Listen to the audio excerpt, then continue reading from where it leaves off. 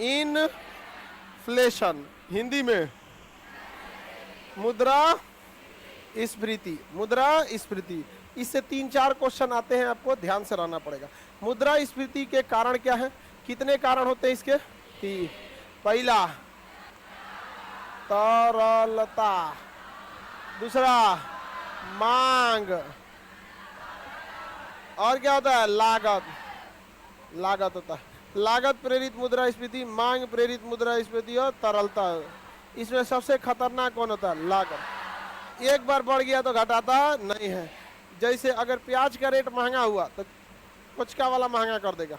अभी 5 रुपया में 3 को पानी पूरी खिलाता है ना, 5 में कितना? 3, 2।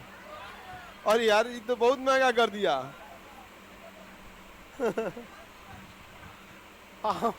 हमको अपने समय का याद है, 1 रुपया में 4 को खाते थे। 2 रुपया का सूखा दे देता है। जो टेढ़ टाढ़ रहता है सब, जितना फोचका छाने का उसमें जो कुपोषण वाला हो जाएगा उसको पापड़ी बना देगा। तो काफी महंगा हो गया आजकल। तो अगर आप ध्यान दीजिए, अगर 5 रुपया में 2 ठो खिला रहा है, अगर आज प्याज फिर से 300 रुपया किलो हो जाए, आलू अगर 80 रुपया हो जाए, तो फिर 5 रुपया में कितना खिलाएगा? 1। और उसके बाद आलू कितनो सस्ता हो जाए, प्याज कितनो सस्ता हो जाए, और रोक देगा 5 रुपया में 1। बहुत महंगा हो गया जी। लेकिन हाँ, नहीं घटता कोई चीज ज्यादा नहीं है। लाइट ऑटोमेटिक क्यों ऑफ हो जा रहा है? कहाँ की बात कर रहा है ये? तू बना आंख फड़क रहा होगा। देखो वो ये मुद्रास्फीति के क्या हो गए? कारण हो गए। इन कारणों से क्या होती है बाबू? मुद्रास्फीति होती है। मुद्रास्फीति कितनी अवस्था में है? हर चीज की एक अवस्था होती है। जैसे कैंसर हो गया, बीमारी हो गया, एक अवस्था होती है। मानो कि अपनी अवस्था, जैसे आप लोग युवा अवस्था, हम लोग वृद्धा अवस्था, तो सबकी क्या होती है? अवस्था। क्या होता है? अवस्था होता है। किसी को कोई दिक्कत? तो उसी तरह से मुद्रास्फीति के कारण तो हम आपको बता दिए। कारण बता दिए कि नहीं बता दिए? मुद्रास्फीति का कारण बता दिए। अब उस प्रकार से मुद्रास्फीति की अवस्था होती है। स्टेज, अवस्था मतलब क्या होता है? स्टेज।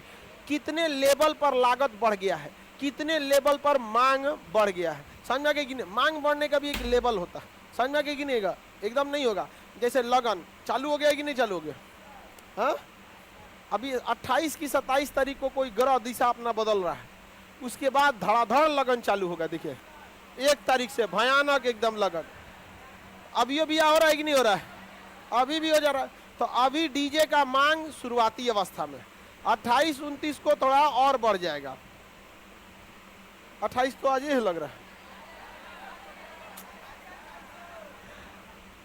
उसी हिसाब से समझिए। जैसे मकर संक्रांति का जो त्योहार होता है, उस समय हर इंसान लाई खाता है, दही चिवड़ा खाता है, तिलकुट वगैरह अपना खाते रहता है, पतंग उड़ाता है।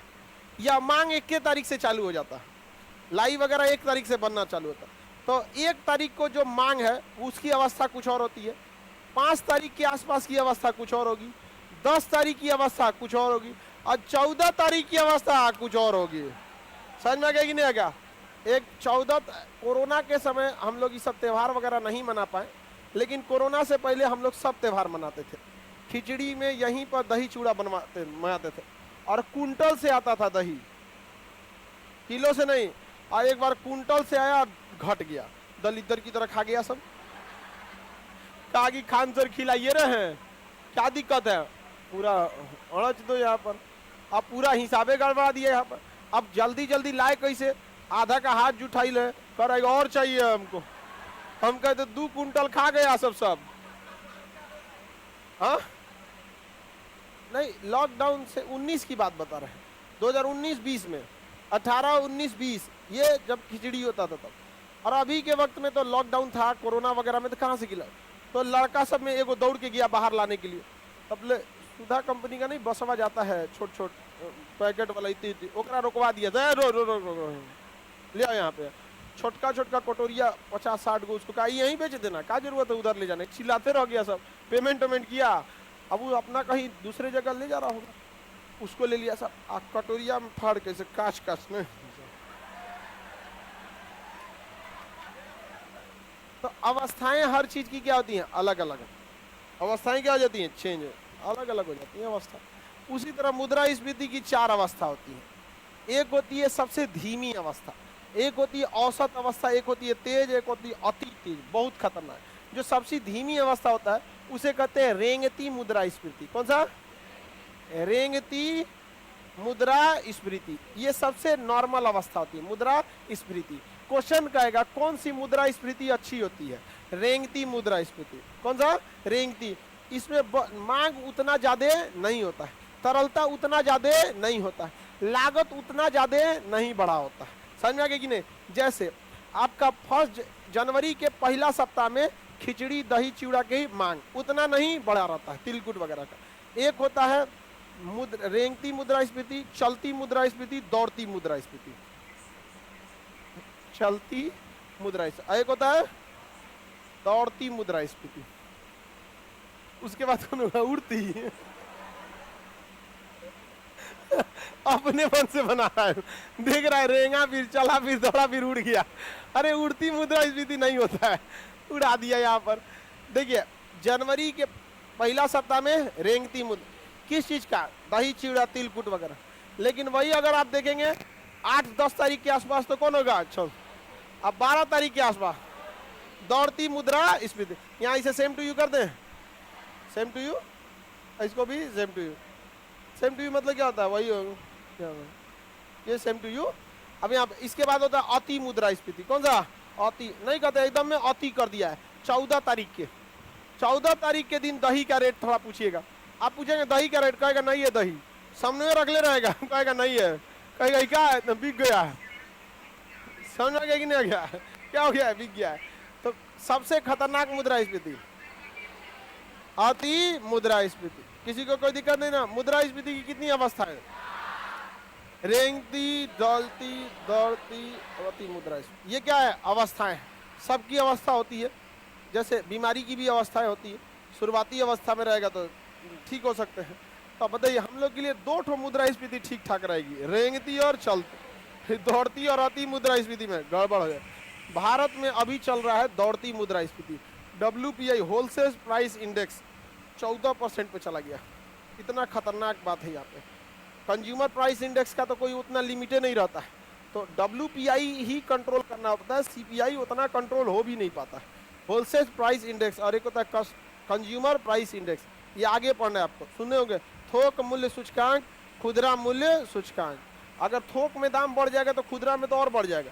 थोक में अगर 5 रुपया बढ़ाना तो खुदरा में 12 रुपया बढ़ जाएगा। तो सरकार खुदरा को कंट्रोल नहीं कर पाती है, किसे कंट्रोल करती है, थोक। जब थोक को ना कंट्रोल कर पा रही है तो खुदरा, क्योंकि खुदरा सामान कहाँ बिक रहा है सरकारों को नहीं पता रहता है। ठेला वाला कोने गली में सब्जी लेके घुसा है, सरकार को क्या पता है कि जो उसको कंट्रोल करेगा। समझ में आ गया कि नहीं। तो कंज्यूमर प्राइस इंडेक्स कंट्रोल नहीं हो पाता है। ये किस पर डिपेंड करता है, होलसेल पर। अब सेब मान के चलिए, सब्जी जो मंडी है, सेबों की मंडी है, अगर सेब वहाँ 40 रुपया है तो सरकार अंदाजा लगा लेती है कि 50-55 में बिकेगा, बाकी जगह कितना बिकेगा, 50। तो सेब के मंडिये में 150 रुपया किलो सेब है, तो वहाँ 150 रहेगा ना, तो यहाँ 180 बेच देगा, 200 बेच देगा। तो अगर होलसेल अगर 2 रुपया बढ़ता है तो कंज्यूमर प्राइस 4-5 रुपया बढ़ा देता है। तो ये अलग अलग टाइप का। हम लोग में अभी कौन सी चल रही है, दौड़ती मुद्रा, बहुत मुद्रास्फीति है। किसी को कोई दिक्कत नहीं है, ये तो अच्छी बात है। कहाँ से अच्छी बात है, गधा कहीं का। समझ में आ गया कि नहीं आएगा।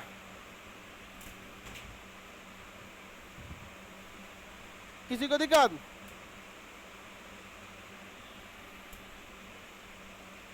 ये मुद्रास्फीति की क्या हो गई, अवस्था हो गई। मुद्रास्फीति का कारण क्या होता है, तरलता। मुद्रास्फीति का कारण तरलता। और क्या हो सकता है, मांग। और क्या हो सकता है, मुद्रास्फीति का प्रभाव क्या होता है, महंगाई का बढ़ जाना। मुद्रास्फीति का प्रभाव क्या होगा, महंगाई। तरलता बढ़ेगा, महंगाई बढ़ेगा। मांग बढ़ेगा, महंगाई बढ़ेगी। लागत बढ़ेगा, महंगाई बढ़ेगा। थोड़ा सा बढ़ा तो रेंगती मुद्रा, थोड़ा और बढ़ गया तो चलती, हुमच के बढ़ गया। अब वेनेजुएला हो गया। वेनेजुएला की महंगाई सोचिएगा कितना होता है, 2.5 लाख रुपए का ब्रेड मिलता है, 2.5 लाख रुपए का ब्रेड मिलता है, जिसे हम लोग 15 रुपये में खरीदते हैं। यही ब्रेड वहां कितना है? 18 रुपये हो गया और 25 रुपये हो गया। अरे लड़की सब वाला नहीं, लड़का सब कितना? हम भी नहीं खाते हैं। हम एक बार खरीद के लाए थे, वही 2004-05 में खरीदे तो 6 रुपया का दिया था ब्रेड। अभी बहुत महंगा हो गया। अरे ब्रेड खाए कोई से खाता है आदमी? नहीं सब, हमें तो वही में चाहिए में गिर जाता है। गिर गया मैं बकोट के खाओ यहाँ। यही सब इससे बेहोश होती है सभी। सब ब्रेड खा के चल आएगी, सब ऐसे हवा में उड़ते रहेगी। तो जा अच्छा से खाना पीना दबा के खाओ। हाँ, खाना खाने में, पढ़ाई करने में सब में पीछे नहीं होना चाहिए। आगे बढ़े। सबसे खतरनाक मुद्रास्फीति कहाँ है? किस देश में? वेनेजुएला। उसका कारण क्या था? तरलता। वहां पे तरलता बढ़ गया था। वेनेजुएला के राष्ट्रपति को उसका पड़ोसी देश क्यूबा ने कहा कि नोट छाप के गरीबी दूर कर दो। वो बैला ससुरा अर्थव्यवस्था पढ़वे नहीं किया था। सारा CRR, SLR, repo rate, reverse repo rate, सारा बैंक रेट केवल इसीलिए होता है, खुले बाजार की नीति, प्रतिभूतियों का व्यापार, सब इसीलिए होता है कि पब्लिक से पैसा टान लो। ऐसे ससुरा नोट छाप दिया। अब आप बताओ, अगर नोट छाप के जनता में गया तो तरलता को क्या करेगा? बढ़ा दे। अब तरलता बढ़ेगी तो महंगाई बढ़ जाए, तो गरीबी कहाँ बढ़ गया? एक बात बता, किसी मजदूर का आप मजदूरी 500 रुपया से बढ़ा के 1000 रुपया कर दीजिए। अब पता चला सरसों तेल को 200 से बढ़ा के 600 कर दीजिए, क्या फर्क पड़ा? तब कोई फर्क पड़ा? समझ में आ गया? तब बताइए वेनेजुएला की तरलता क्यों बढ़ी थी? नोट छाप दिया। क्या छाप दिया था? नोट। नोट छापना बहुत खतरनाक चीज होती है। आपको तो पढ़ा दिए। सारा मौद्रिक नीति किसके लिए आता है? नोट, तरलता को कम करने। आई बकलोलवा क्या कर दिया? तरलता को बढ़ा दिया। अब आप बताइए, नोट छाप के गरीबी दूर हो सकती है? अर्थव्यवस्था मर जाएगा। यहाँ पर किसी देश को बर्बाद करना है ना, तो उस देश में नोट छपवा दीजिए, तुरंत बर्बाद हो जाएगा। यहाँ पे भारत पाकिस्तान को इजीली बर्बाद कर सकता है। कुछ नहीं करना है, पाकिस्तान का नोट छाप करके जहाज से गिरा दीजिए पाकिस्तान में, अर्थव्यवस्था गिर जाएगा उसका, पूरा का पूरा अर्थव्यवस्था। अंतर्राष्ट्रीय कर्जा को डॉलर में चुकाया जाता है, आप रुपया छाप के क्या कर लीजिएगा? समझ में आ गया कि नहीं? नहीं, नोट छाप के गरीबी को दूर नहीं किया जा सकता। किसने गलती किया था?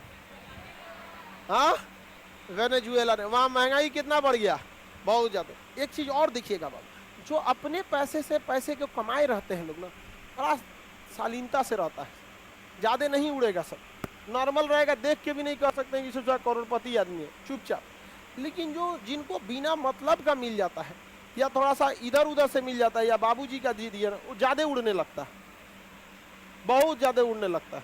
हम जब इस कैंपस में आए थे ना कोचिंग लेने के लिए, एक आदमी पैजामा पहन के, गर्मी का दिन था, ठंडी का दिन था, पैजामा पहन के साल ओढ़ के घूम रहा था यहाँ, गायों को खाना खिला रहा। हम उनसे पूछे कि सुनिए ना, यहाँ पे बात कराइए, यहाँ पे किसका कैंपस है इतना बड़ा, हमको कोचिंग खोलना है। अरे हम ही मालिक हैं। पैजामा साल ओढ़ के गाय को खिला रहे थे, तो कहे हम ही मालिक हैं। सोच सकते हो बीच पटना में जिसका इतना बड़ा कैंपस होगा, सोच रहे हैं कितना बड़ा कैंपस है, ट्रक का ट्रक घुस जाता है इसमें। तो सोचिए इतनी शालीनता रहती है। तो नोट में एक और खराबी होती है, अगर जो इंसान नहीं कमाया अचानक दे दीजिएगा ना, अब जिसे जो 2-4 हजार रुपया वाला आदमी है उसके जेब में 1 लाख दे दीजिएगा, तो ऐसा चलेगा कि पता चल जाएगा कि पास 1 लाख है। उसको पता चल जाएगा, वहां पे हेलमेट बिना हेलमेटे घूमने लगेगा, पुलिस रोकेगी, काहे रोकता है, फाइन मार 2000, 4000, 5000 फाइन, 1 लाख में उड़ने लगेगा। समझना कि तो एक ये भी होता है, तरलता बढ़ने से मानवता भी घटने लगती है। देखिएगा इस चीज को अक्सर देखेंगे ना, कोई जिसके घर पे पैसा नहीं हो जल्दी उलझता नहीं है किसी से, अधेर पैसा रहेगा तो क्या होगा, उलझने लगेगा। इसलिए RBI करती है, बॉन्ड पेपर भेज देती है, लाओ 1 लाख लाओ, डबल करेंगे। अब का बाजार में उड़ेगा, क्या बात करता है, 1 लाख है, बॉन्ड पेपर दिखा के देख 1 लाख के LIC करी लोग।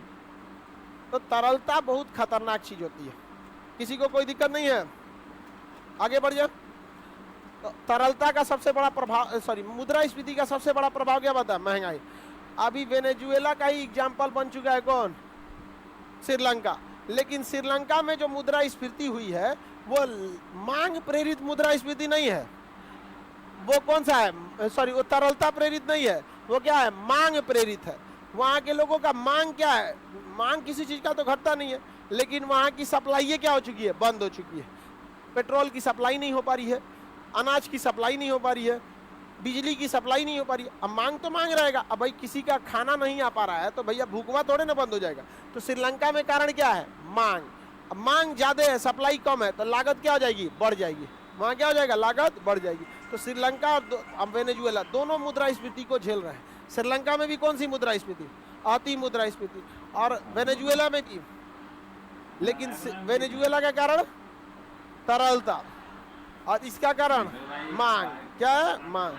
मांग और पूर्ति, मांग और पूर्ति। मांग हो रहा है, पूर्ति नहीं है, तो क्या होगा? किसी चीज का रेट क्या हो जाएगा? बढ़ जाएगा। जेनविन है क्या? रेट बढ़ जाएगा। वहाँ कॉफी मिल रहा है 250 रुपये 300 रुपये का, नॉर्मल चाय, समझ आ गया कि नहीं? चावल वहाँ 300 रुपये किलो है, साबुन नहाने वाला 400। हो गया काम यहाँ पर। भारत सरकार उसको मदद करने जा रहा है, सोच रहा है मरते छोड़ देना चाहिए, समझ में आ गई नहीं? या तो उसको लाइन ऑफ क्रेडिट दीजिए। लाइन ऑफ क्रेडिट मतलब पैसा दे रहे हैं लेकिन हमने यहाँ से सामान खरीदना पड़ेगा, इसको क्या कहते हैं? Line of credit. हमेशा याद रखिएगा, दोस्ती और दुश्मनी दोनों खुल के कीजिए। मतलब खुल के कहने का मतलब पूरा एकदम दिल से कीजिए। दोस्ती भी निभाइए दिल से, और दुश्मनी भी दिल से निभाइए। समझ में आ गया कि नहीं आ गया? हमेशा याद रखिएगा इस चीज को। अब भारत को ये चीज नहीं भूलना चाहिए। आगे बढ़े सर, हम लोग जाके श्रीलंका सामान बेच देगा इसका किराना का दुकान होगा, सुना है तो कितना खुश हो गया है। 400 रुपये किलो क्या बिक रहा है चावल, खुश है कि सर श्रीलंका जा रहे हैं बेच देने हमें। एक से एक रहता है। सर आपको रेट कैसे पता चल जाता है? पबजी थोड़े खेलते हैं हम दिन भर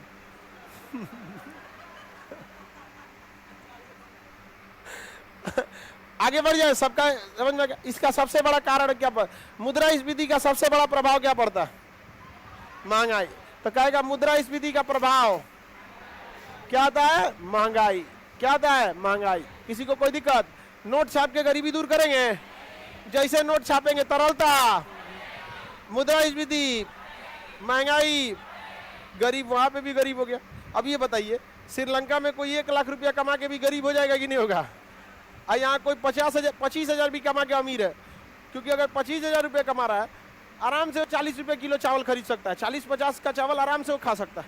और वहाँ सोचो तुम 1 लाख रुपया कमाओ तो 500 रुपया 300-400 रुपया चावल खरीदना पड़ेगा। श्रीलंका में जाइए ना, जाइए श्रीलंका, ऐसे कहाँ पे? वेनेजुएला में 2.5 लाख रुपया में ब्रेड, समझ में आ गया? 2.5 लाख रुपया में ब्रेड मिलता है, इतना महंगा। जो छोटे बच्चों के लिए पैम्पर्स आते हैं ना, हगीज वगैरह, छोटे बच्चे सबके लिए, वो पैम्पर्स 100 का 2 लाख का आता है। वेनेजुएला क्या हो गया? बर्बाद। क्योंकि 2 लाख में क्यों आता है? वहां सब लोगों के पास नोट छाप के गरीबी दूर किया। गरीबी जब दूर करने के चक्कर में गया, सबके पास पैसा आ गया। मोदी जी करे थे सबको 15-15 लाख यूं ही मिल जाएंगे। अरे भैया, कोने दुनिया में वेनेजुएला बनाना है? जब आप कमा के कमाते हैं तो आपका पैसा जो होता है वो आपको पैसा नहीं मिलता है, बल्कि काम के बदले पैसा मिलता है। समझ आ गया कि नहीं? और वो फ्लो का हिस्सा हो जाता है। जैसे आप कहीं काम किए, किसी बिल्डिंग में काम किए, तो वहां जो पैसा मिला, तो वो पैसा आपको जो मिला है तो उस बिल्डिंग के यूज का पैसा मिला। डायरेक्ट मिल जाएगा तो क्या कहाँ चलाएगा? मार्केट में चला जाएगा। इस वजह से ये जो तरलता है बहुत खतरनाक चीज है। मुद्रास्फीति का प्रभाव समझ में आ गया? ये बताइए, हर चीज से किसी न किसी को प्रॉफिट होता है, किसी न किसी को लॉस होता है कि नहीं होता? प्रॉफिट और लॉस दोनों होता है। तो बताइए, मुद्रास्फीति से भी किसी न किसी को प्रॉफिट होगा कि नहीं होगा? किसको प्रॉफिट होगा भाई? किसान को। किसे होगा? किसान को। जैसे गेहूं अभी कितना रुपया बिक रहा है? 18 रुपया। कितना? 18 रुपये किलो, एवरेज 18 रुपया है। तो गधा कहीं क्या बोलता है 19 रुपया है। जब हम बोल रहे हैं एवरेज 18 रुपया, तो अगुआ का दिमाग लगा, बोलता है नहीं सर 19 रुपया पीजिए। श्याम सुंदर है। अब एक बात बताइए, अगर गेहूं किसान बोया, अभी गेहूं का कटाई हो रहा है, अचानक महंगाई बढ़ जाए और गेहूं हो जाए 50 रुपया किसान का जबरदस्त फायदा हो जाएगा।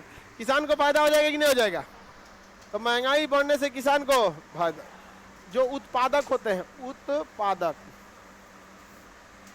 उत्पादक इनको प्रॉफिट होगा कि नहीं होगा?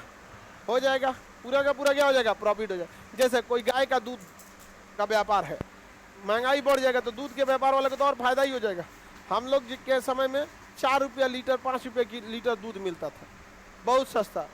और अभी बहुत महंगा दूध हो गया, बहुत ज्यादा। या सोचिए कितना महंगाई बढ़ा हुआ है, कितना ज्यादा महंगाई बढ़ गया। 4-5 रुपया आज मिल रहा है, 50-60 रुपया दूध।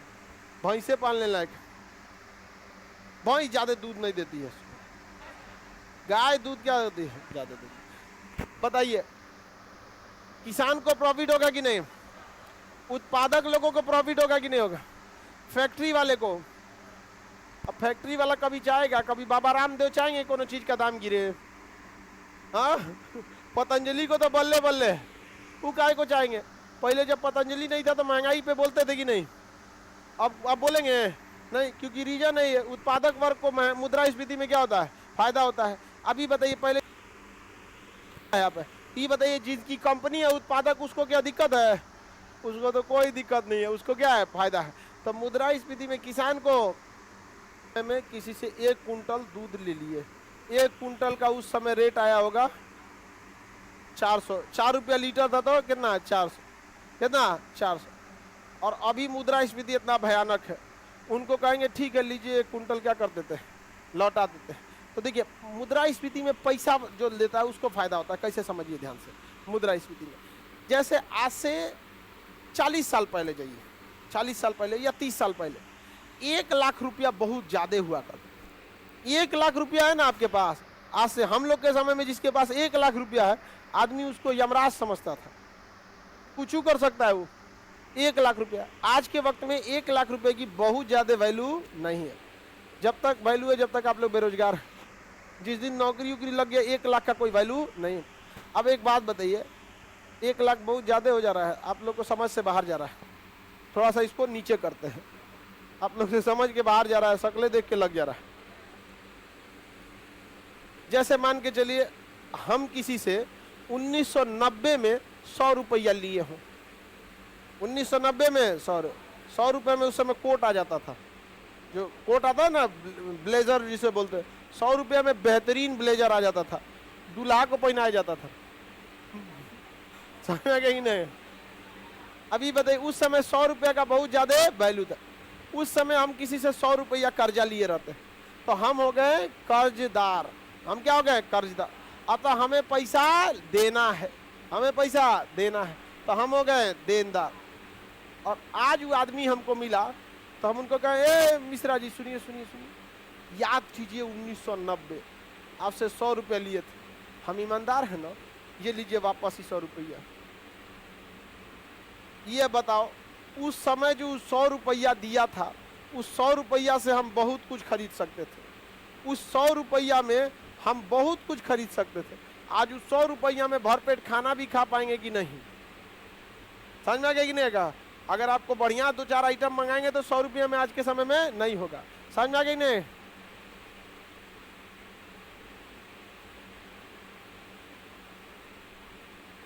आगे बढ़े, किसी को कोई दिक्कत नहीं है? बताइए देनदार को फायदा हो गया कि नहीं हो गया? नहीं फायदा हुआ। कर्जा लिए थे उस समय जिस समय रुपया का वैल्यू था, और जब चुकाए तो रुपया का कोई वैल्यू नहीं रहा। मुद्रा इस बोलो हाँ हाँ, इंटरेस्ट भी उसी हिसाब से होता है ना जो मूलधन होता है। इंटरेस्ट किस पर लगाया जाता है? मूलधन पे। किस मूलधन पे? 100 रुपया वाले पे। तो मूलधन पे ना लगाइएगा जी, सारा झमेला तो मूलधन का ही है। मूलधन मतलब क्या होता है? Principal account. आप 10 रुपया ब्याजे जोड़ लीजिए, 10% ब्याज जोड़ लीजिए, सालाना 10%। तो 100 रुपया का 10% 1 रुपया। ले लो, 1 रुपया और ले लो। हाँ अच्छा 10% है तो 10 रुपया और ले लो। उस हिसाब से 10 साल में वो 100 रुपया कितना हो जाएगा? 200 रुपया हो। कितना हो जाएगा? 200 रुपया। बताओ हर साल तो क्या फर्क पड़ा? कुछ खास तो फर्क नहीं पड़ा यहाँ पे। ब्याज जो लिया जाता है वो किस पे लिया जाता है? मूलधन पर। तो मूलधन से बड़ा ब्याज नहीं ना होता है जी। मूलधन का तो एक छोटा सा हिस्सा क्या होता है? ब्याज होता है। तो आप बताइए जो कर्जदार है उसको फायदा है कि नहीं?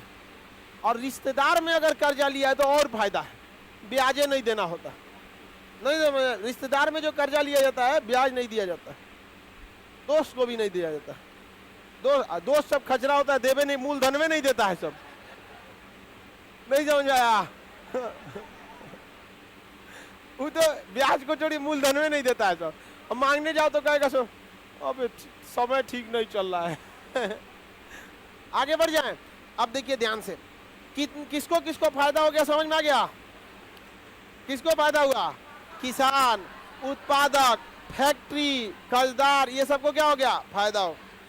अगर किसी की सैलरी फिक्स है, अगर किसी की सैलरी फिक्स है तो उसे फायदा होगा कि लॉस? लॉस होगा। अगर किसी की सैलरी 10,000 रुपया है, मुद्रास्फीति हो गई तो वो 10,000 रुपया होगा। लगभग 8 से 10% महंगाई भी बढ़ जाता है।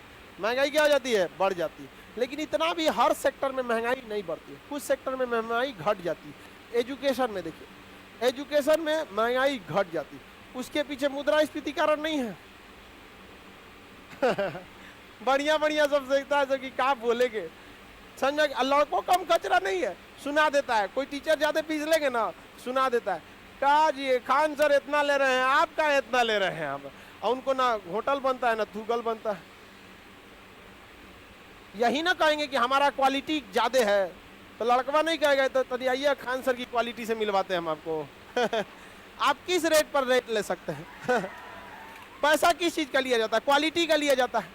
तो लड़कवा कहेगा, लड़का से पहले टीचर लोग यही कह सकते थे ना कि हम अच्छा पढ़ाते हैं इसलिए ज्यादा फीस लेते हैं, तो लड़कों के पास बहाना नहीं रहता था। अब कह देता है तो मतलब आप चलिए कभी इंट्रोड्यूस कराते हैं हम आपसे। तो बेचारा बड़ा अजीब हो जाता है। कभी कभी उस सब की मीटिंग में इनडायरेक्टली लोग हमसे कहता है क्या खान साहब इतना रेट मत गिरा दीजिए यहाँ पर। हम कहें देखिए चिकित्सा और शिक्षा ये कमाने की चीज नहीं है, ये सेवा की चीज है। डॉक्टर को भगवान क्यों कहा जाता है? कमाने के लिए नहीं कहा जाता है। सजुरा किसी का ऑपरेशन हुआ होगा, 8-10 लाख का तुम बिल बना के ठीक कर दिए तो भगवान हो गए? आप उसे जेन्युइन लीजिए जो चार्ज है। हाँ वो अलग बात है कि किसी भी संस्था को चलाने के लिए उसका खर्च होता है और व्यक्ति की अपनी भी जिम्मेदारी, उसको लीजिए। अब पता चलता है कि ऐसा डॉक्टर है साहब कि मरीज को बचा देगा ना तो उसका गार्जियन मर जाएगा, इतना ना बिल थमा देगा। नहीं मरीज को बता देंगे इतना बिल आया है, मरीज किडनी खोल के दे देगा, रख लो इतना महंगा ना ले तो हम सीधो वापस ले सिवा के चल जाएगा अपने बिना किडनी रहो तो हम यहाँ पर। तो ऐसा नहीं होना चाहिए।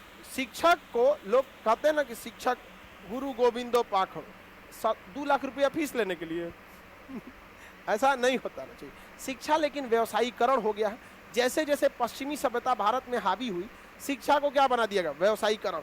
वरना हमारे यहाँ तो गुरु दक्षिणा का परंपरा था, फीस का तो था ही नहीं। फीस था क्या में? क्या था? गुरु दक्षिणा। लेकिन आप लोग में भी ज्यादा जहां मिले एक बार इस बात को सुना दीजिएगा, क्योंकि हम तो अपना हाँ? आगे बढ़ जाएं, किसी को कोई दिक्कत नहीं सर, हम लोग बोल देते हैं। हाँ बाबू बोल दिया कीजिए आप लोग। और बहुत सारे टीचर ऐसा हैं जो कम फी में पढ़ाते हैं, कुछ ईमानदारी से और कुछ को हम इधर से जोश दिए रहते हैं। अब समझ में आ गया कि नहीं आ गया? हम एक तो लड़का हमसे आके बता रहा था कि सर हम गए, हमको बताया कि इतना फीस है 35 की 40,000। तो हम बोले कि सर इतना महंगा क्यों ले रहे हैं? तो कहे कि हमारा क्वालिटी देख लो। तो वो वही बोला कि काम से मिले हैं हम, यार इतना भी मत लड़ जाया करो, उनको लगेगा कि हम बोल रहे हैं आप। चलिए अब ध्यान से देखते हैं। मुद्रास्फीति का पहला कारण, पहला प्रभाव महंगाई। दूसरा महंगाई का बढ़ जाना। अब वैल्यू का 100 रुपए की वैल्यू है, पहले 1 रुपए पे अनाज बना होता था, क्योंकि 1 रुपए में अनाज मिल जाता। अभी ठेंगा बनता, अभी क्या बना रहता है? ठेंगा, मतलब कुछ ना मिल तो तो क्या आज 1 रुपए की वैल्यू है? हम लोग के बचपन में जो रिश्तेदार हम लोग को 1 रुपया दे देता था उसको स्टेशन तक प्रणाम करते थे लोग। स्टेशन तक जाते थे लोग छोड़ने, चल यार ऐसा देवता कहाँ मिले। समझ में आ गया कि नहीं? नहीं तो पहले कैसे दिया था?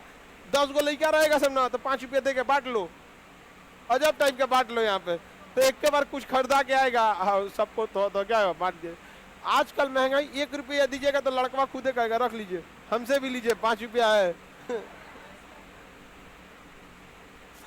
तो बताइए मुद्रास्फीति के दो प्रभाव, एक महंगाई का बढ़ जा, नोट रुपया की वैल्यू घट जा, रुपया की वैल्यू घट, अब रुपया में दम नहीं रह गया। हम 3 रुपया में बाल कटवा लेते थे, आज 3 रुपये में गुसिया के एक के और का काट देगा। पानी चिरिक देगा बस, 3 रुपया देंगे ना बाल काटने के लिए, पानी चिरिक देगा, जाओ हो गया तुम्हारा यहाँ पे। और जो नया बोतल वाला लिया रहता है तो स्प्रे वाला पनिया चिरिक देगा 3 रुपये। बताइए, तो बताइए रुपया की वैल्यू घट गई है, रुपया की वैल्यू नहीं घट गई है जी। आगे बढ़ जाए, 30 रुपया में हम लोग पैंट शर्ट सिलवा लेते थे दोनों, आज 30 रुपया का रुमाल नहीं मिलता है बढ़िया।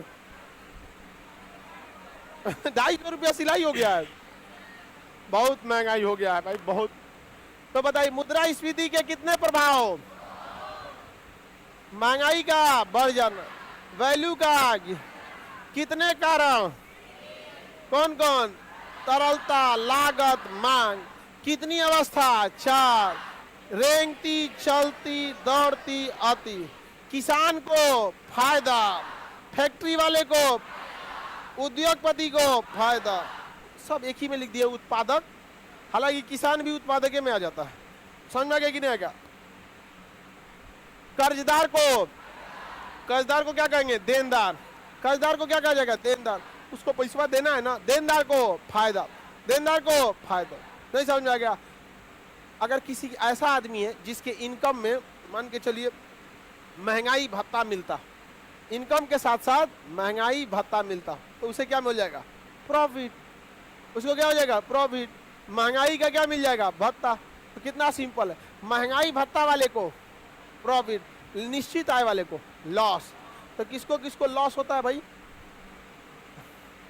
लॉस किसको किसको होगा? निश्चित आय वाले को, जिसका आय क्या हो? फिक्स हो, उसको क्या होगा? लॉस। ग्राहक को क्या होगा? लॉस। जो कर्जा दे चुका है यानी देनदार, अच्छा लेनदार जो लेगा, लेनदार जो दिया था वापस लेगा, लेनदार को लॉस, लेनदार को लॉस। निश्चित आय वाले को, निश्चित आय वाले को, ग्राहक को क्या हो जाएगा?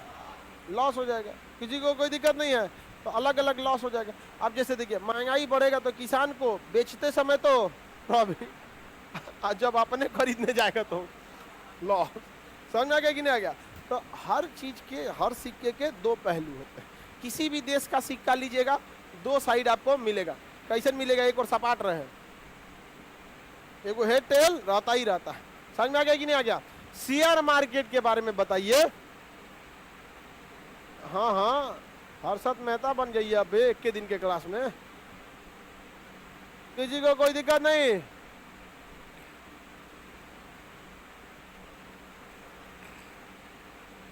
किसी को दिक्कत? बताइए। मुद्रास्फीति से स्टूडेंट लोगों को लॉस, क्योंकि स्टूडेंट हर जगह ग्राहक रहता है, हर जगह क्या रहेगा? लॉज में भी है तो एक तरह के कस्टमर बेसिस पे, पढ़ने गए हैं तो वहाँ के लिए भी एक तरह का इकोनॉमिक्स की दृष्टि से, कस्टमर दृष्टि से गए हैं, खाना खाने कस्टमर की दृष्टि, किसी को ले गए खिलाने के लिए। समझ में आ गया कि नहीं ले जाना है सबको, ले जाइएगा तो एक बार को अपने पैसा से नहीं जाए, अपने लिए ऑर्डर कर लेना बस।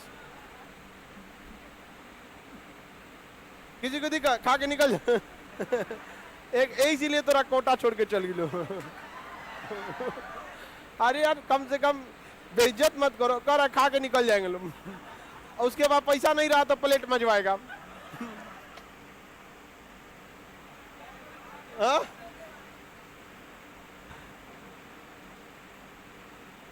आगे बढ़े। सर मना करने में लाज लगता है। जिसने किया शर्म उसका फूट गया करम। समझ में आ गया कि नहीं आ गया? आपको जहाँ दिक्कत लगे हमरे पे फेंक दीजिए, एक बार बोल दीजिए। जब ज्यादा पार्टी से खान सर बोल रहे थे कि ये सब नहीं करना चाहिए पार्टी से, नहीं समझ में आ गया? किसी को दिक्कत, खान सर को बोल दो, आगे बढ़े। छोड़ देगा सर, हम लोग छोड़ दी। बाबू भारत की जनसंख्या 140 करोड़, कौन सा कोहिनूर हीरा है जो दुनिया में एगो है? पढ़ाई पर सबसे ज्यादा ध्यान देना चाहिए। समझ में आ गया कि नहीं आएगा? आपको जीवन में बस एक चीज का डर होना चाहिए। ये डर जिस दिन रहा, कौन छोड़ देगा, कौन गुस्सिया जाएगा, कौन क्या सोचेगा, आप कभी नहीं सक्सेस होंगे। आपको बस एक चीज का डर होना, खाली हाथ नहीं लौटना है यहाँ से, नौकरी लेके जाना।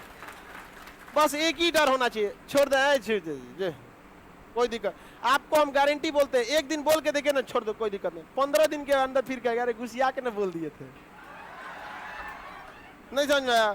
ओकरो पता है 6 महीना इन्वेस्टमेंट किए इधरों हम। कॉन्फिडेंस लाइए, डर के आगे जीत है। आपको बस एक चीज का डर होना चाहिए। किस चीज का? हाँ, खाली हाथ नहीं जन। क्योंकि देखिए, राम जी जब वनवास काट के आए थे तो पूरे वहां के उनके परिवार के लोग राह देख रहे थे कि नहीं? उसी तरह ये जीवन भी आपके लिए वनवास वाला है। यहाँ बिना रावण मारे चल जाएंगे तो दिक्कत हो जाएगा।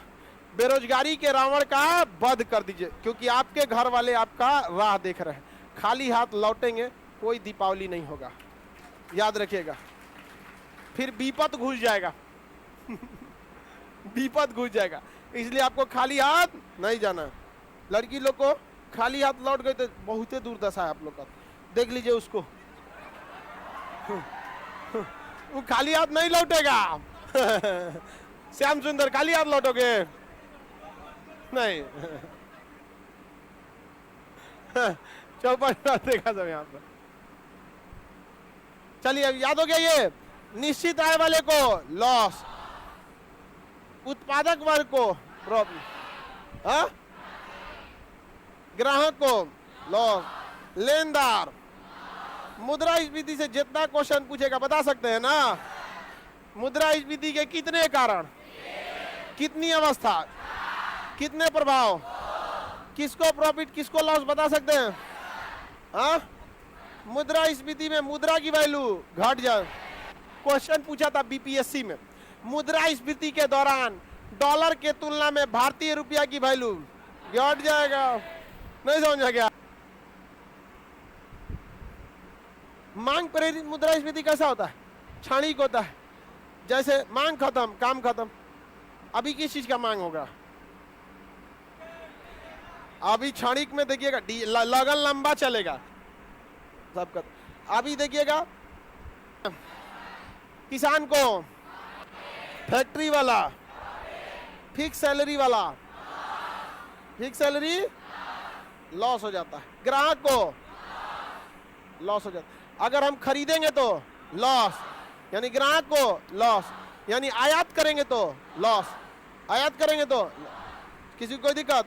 लेकिन बताइए, विक्रेता को बेचने वाले को, निर्यात करने वाले को, समझ में आ गया कि नहीं? ऐसे डायरेक्ट सोचेंगे कि आयात निर्यात वाले को तो दिमाग में काम नहीं करेगा।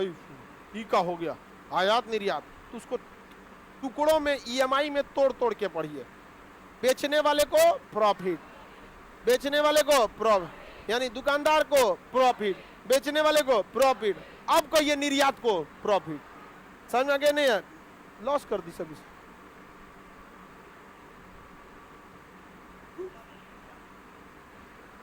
बताइए, ग्राहक को लॉस, खरीदने वाले को, आयात करने वाले को लॉस। मुद्रा की वैल्यू गिर जाएगी, डॉलर की वैल्यू बढ़ जाएगी। डॉलर बढ़ता नहीं है, ये घट जाता है।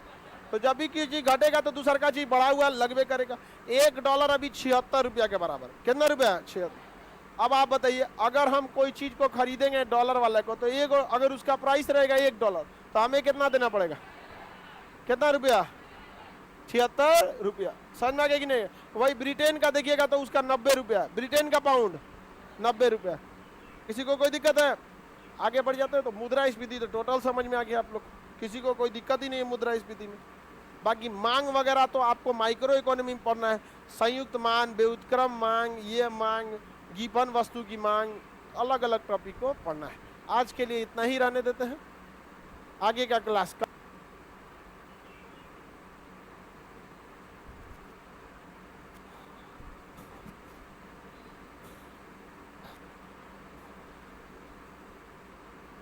लागत प्रेरित मुद्रास्फीति, मांग प्रेरित मुद्रास्फीति, और एक जो होता है तरलता के कारण।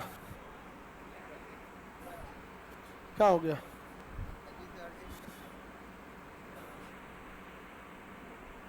कहीं ना कहीं बैठ जाएगी सब। देखो हम